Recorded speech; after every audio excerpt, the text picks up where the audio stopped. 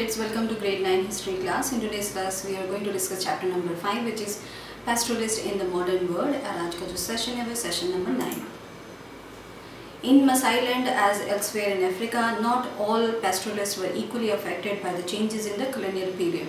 तो मसाई लैंड में हर जगह अफ्रीका में सारे जो पेस्टोरलिस्ट थे वो इक्वली अफेक्ट नहीं हुए थे जो कि कॉलोनियल पीरियड में whatever changes were being done, तो उससे सारे जो पेस्टोरलिस्ट थे वो एक समान उनमें इफेक्ट नहीं हुआ था.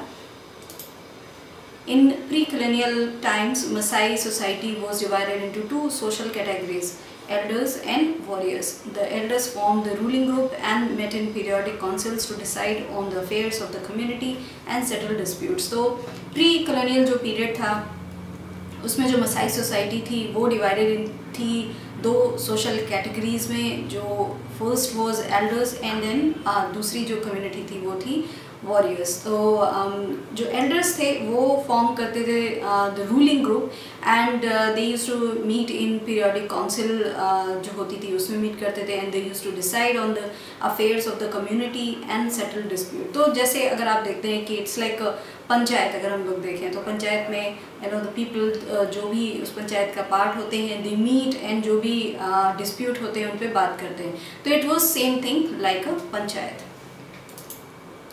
The warriors consisted of younger people mainly responsible for the protection of the tribe. They defended the community and organized cattle raids. जो warriors थे they consisted of जो younger people हैं वो उसमें रहते थे because they had to fight. तो उसमें younger generation थी और mainly responsible थे वो protection करने के लिए tribe का. They also defended the community and organize करा उन्होंने cattle raids जो है उसको organize करते थे. तो उनका काम defend करना था because they were warriors. Raiding was important in a society where cattle was wealth. It is through raids that the power of different pastoral groups was asserted.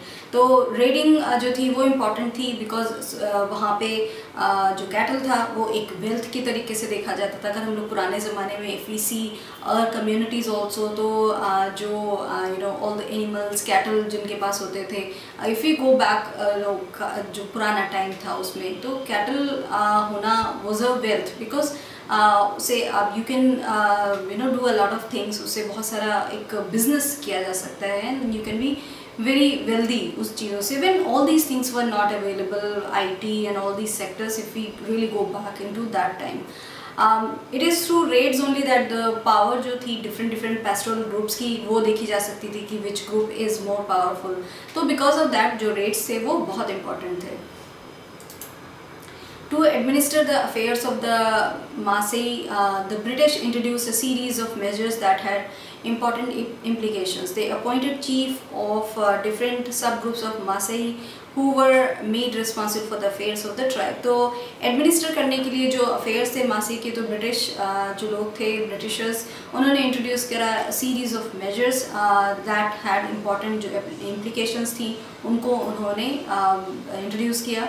They also appointed उन्होंने chief of different जो subgroups हैं of मासी के उनको उन्होंने appoint किया.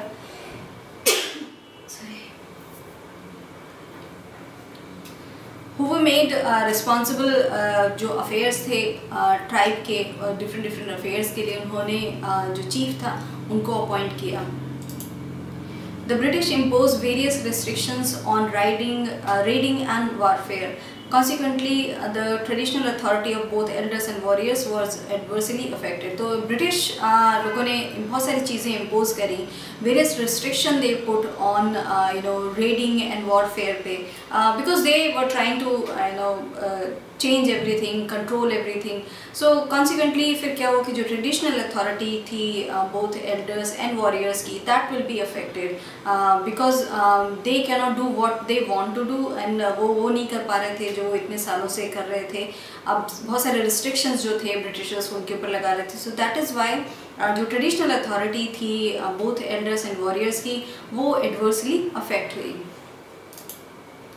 The chiefs appointed by the colonial government often accumulated wealth over time. These chief managed to survive the devastations of war and drought. जो chief appoint किए गए थे by the colonial government, so they appointed the chief and chief जो लोग थे जिनको appoint किया था government ने वो उन्होंने बहुत सारी वेल्थ जो है ओवर द टाइम उन्होंने कलेक्ट कर ली। ये जो चीफ थे वो मैनेज नाउ अगर कोई भी ड्रॉट होता था या वॉर होता था, because they had a lot of wealth उन्होंने कलेक्ट करके रखी थी, so that is why they could survive. जो डिवास्टेशंस ऑफ वॉर एंड ड्रॉट हैं उनको वो आराम से सर्वाइव करते थे। But the life history of the poor pastoralists who depended only on their livestock was different. Most often they did not have the resources to tide over bad times. But जो life history थी for the poor pastoralists, because उनकी life में there was nothing like chief was happening, and there were a lot of restrictions जो उनके ऊपर लगा दिए गए थे, and जो poor pastoralists थे वो केवल dependent थे on their livestock for everything. तो उनके लिए things were different. Most often उनके पास कोई और resources भी नहीं थे कि वो अपने जो bad time हैं उनको आराम से sail through कर जाए वो, because if we compare कि if you see somebody making बहुत ही कम जो इनकम कर रहे हैं, जो बिलो पॉवर्टी लाइन के लोग हैं, अगर आप लोग देखें कि if they had any they get to any problem, तो वहाँ पे उनको सर्वाइव करना it gets very difficult, because they don't have that cushion of money with them कि वो उस पीरियड को सर्वाइव कर जाएंगे। If they don't have anybody who is making money, जो पैसे बना रहे हैं उनके घर में, if there is no one to bring the money, तो फिर उसके लिए उन लोगों के लिए सर्वाइव करना मुश्किल हो जाता है। सो द सेम वे जो पुअर पैस्टोरलिस्ट थे, बिकॉज उनकी लाइफ पूरी डिपेंडेंट है ऑन लाइफ स्टॉक, अगर उसमें कुछ प्रॉब्लम होगी then they are already hand to mouth, तो अगर कुछ प्रॉब्लम है, बैड टाइम्स हैं, तो उनके लिए वो टाइम को काटना या सेल थ्रू करना will be difficult. The social changes in Maasai society occurred at two levels. First, the traditional difference based on age between the elders and warriors was disturbed, though it did not break down entirely. Second, a new distinction between the wealthy and poor pastoralists developed. तो social जो changes हुए Maasai society में वो हुए दो levels पे। तो first level पे ये था कि जो traditional difference था based on age, that we discussed earlier कि किस तरीके से जो warriors थे they used to be वो young लोग होते थे, and जो elders थे वो थोड़े उनसे ज़्यादा एज के सारे लोग जो होते थे वो एल्डर्स होते थे। बट जो इनका जो एज डिफरेंस जो उन लोगों ने बहुत सालों से चला रखा था, the way they used to do it, वो डिस्टर्ब हो गया, वो डिस्टर्ब कर दिया गया। And though it did not break down पूरा एंटायरली, उसको नहीं ब्रेक डाउन किया गया, फिर भी उससे काफ़ी चीज़ें डिस्टर्ब हो गई। And then second, new distinction between जो वेल्दी एंड पुअर पैस्टोरलिस्ट हैं वो डेवलप हो गए। So this is how colonial strategy is कि वो इस तरीके से जो दो पार्ट्स हैं उसमें वो जो डिफरेंस है वो ला देते हैं। And this is what happened here कि वेल्दी एंड पुअर के बीच में जो एक डिफरेंस है, जो एक डिस्टिंक्शन है वो आ गया। Pastoral communities in different parts of the world are affected in a variety of different ways by changes in the modern world. So pastoral communities जो हैं different parts of the world में जो रहती हैं वो affect they will get affected because everything is changing and they are not changing with the time. तो उसके लिए modern जो world में changes होते हैं उससे उनकी भी जो life है वो काफ़ी affect होती है। New laws and new borders affect the patterns of their movement.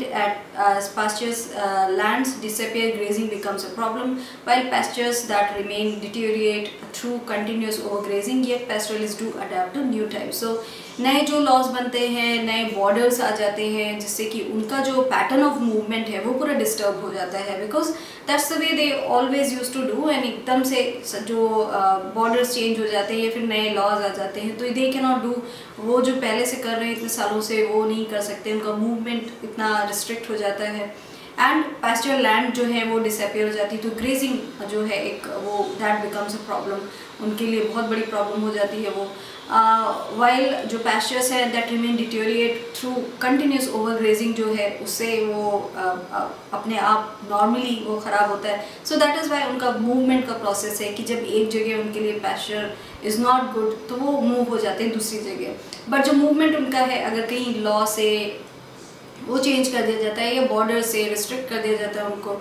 सो वो नहीं कर पाते हैं, इसलिए उनकी जो चीज़ें हैं उनके लिए डिफरेंट हो जाती हैं, बहुत डिफ़िकल्ट हो जाती हैं। बट स्टिल पैस्टोरलिस्ट जो हैं वो अडेप्ट करते हैं विद चेंज ऑफ टाइम, जिस तरीके से चीज़ें चेंज हो रही हैं, and that is how they are surviving because they are also changing with the time. They change the paths of their annual movement, reduce their cattle numbers, press for rights to enter new areas, exert political pressure on the government for relief, subsidy and other forms of support, and demand a right in the management of forest and water resources. तो वो बहुत सारी चीज़ें वो भी try करते हैं change करने का।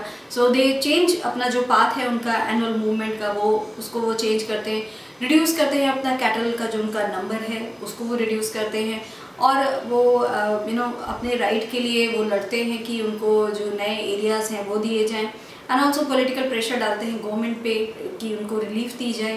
Also subsidy and other forms of support जो है वो उसकी डिमांड करते हैं कि फॉरेस्ट में उनको मैनेजमेंट में ये सारी चीज़ें जो है गवर्नमेंट उनको देखे, एंड वाटर रिसोर्सेज जो हैं वो, because they are entirely surviving on natural resources. Pastoralists are not relics of the past. They are not people who have no place in the modern world. तो pastoralists वो नहीं है कि वो बस एक पास की चीज़ बन के रह गए हैं। You still will see, आप लोग अभी भी कहीं जाएं तो आप देखेंगे pastoralists बहुत, जिस तरीके का ये पिक्चर है वो आपको बहुत दिख जाएगा। अगर आप कहीं भी लॉन्ग रूट पे जाएं वहाँ पे मोस्टली दिख जाता है। एंड वो ऐसे लोग नहीं है पैस्टोरलिस्ट की उनका जो मॉडर्न वर्ल्ड है उसमें उनका कोई प्लेस नहीं है। Everybody has their own place in the modern world और इन द सोसाइटी। सबकी अपनी अपनी एक जगह है, सबकी अपनी अपनी एक इम्पॉर्टेंस है, and that is how society बनती है। Environmentalists and economists have increasingly come to recognize that pastoral nomadism is a form of life that is perfectly suited to many hilly and dry regions of the world. So जो environmentalist हैं, economist हैं, they also recognize कि जो pastoral nomadism है, जो जिस तरीके से pastoralists एक जगह से दूसरी जगह पे घूमते रहते हैं, उनका मूवमेंट होता रहता है हमेशा, that is a form of life जो कि परफेक्टली सूट करती है जो hilly and dry regions of the world है, वहाँ के लिए वो एकदम परफेक्टली सूट करती है। So that's all we have discuss in this session about pastoralist के बारे में, किस तरीके से चीज़ें उनके लिए चेंज हुई, एल्डर्स एंड जो वॉरियर्स था किस तरीके से उनका पहले सोसाइटी में एक क्लियर कट डिफरेंस होता था, देन थिंग्स स्टार्टेड उसमें कुछ जो डिफरेंस है वो डिस्टर्बेंस आया, and then how they adapt to things जो कि चेंजिंग एनवायरनमेंट है उसके साथ। So that's all we have discuss in this session. Thank you.